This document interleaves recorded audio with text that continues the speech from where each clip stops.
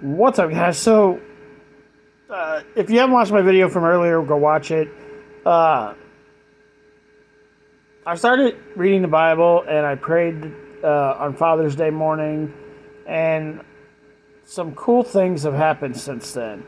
And here I am on the night, on the morning. It's the morning, so it's like 1 o'clock. On the morning of the next day, and each day I've been reading 2 pages of the Bible. Like, these are the 2 pages I'm on right here. I don't know if you can really see them. But each day I've been reading 2 pages. And so, like a couple months ago, me and my mother were talking about Adam and Eve and how they had Cain and Abel.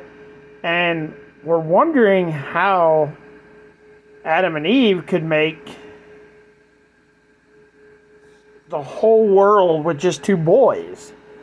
If they're the beginning of life, how could they be what made all of us? If there's only 2 boys, if they had 2 boys and that's all they had, was 2 boys. Now, hear me out before you jump to conclusions here. That's what we thought, that they only had 2 sons, Cain and Abel.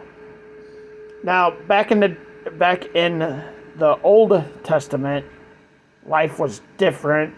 Like, what we consider you doing something with your sister or your aunt or your mother would be totally wrong now. Back then it wasn't. But still, they didn't do anything with their mother, so we were thinking, well, how do they make everybody? How are we all related to Adam and Eve?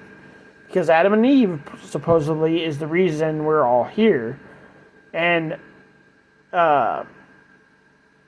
so me and my mom were talking about this a couple of months. I looked it up and I figured something out. But tonight, like before I read my 2 pages, me and my mom started talking about it again, and we were talking about how Adam and Eve only had the 2 sons. And I was like, no, I read something a couple months ago, because I looked it up online, that no, they had more than 1 kid. They had more than just the two boys. And for some, like, it's just coincidences are happening by me reading the Bible, praying, doing different things the last couple of days, and it's actually making me feel better about things. But so the 2 pages I read today, I didn't read them until after me and my mom talked earlier, like page 6 and 7 in my Bible. I didn't read them till today, and it answered the question that me and mom were talking about earlier. Like, the stuff's blowing my mind, because so God didn't let me get to this page, didn't have me start reading the Bible, reading the 2 pages each day, until there was enough time that these 2 pages would somehow come today when me and my mother were talking about it. Hopefully that made sense, because it didn't make sense the way I heard it, but hopefully it makes sense. But so yeah, me and my mom always thought Cain and Abel was it, which didn't make any sense. So I got to page 7 here, and it says, after the begot, Seth is their 3rd son. And I'm like, okay, another son still doesn't make any sense, right? Like, how can we all be here when their next kid was a son? But if you keep reading down here on Genesis 5:7, that's where you're going to find this, guys. After he begot, Seth lived. Wait, I'm up here. Okay.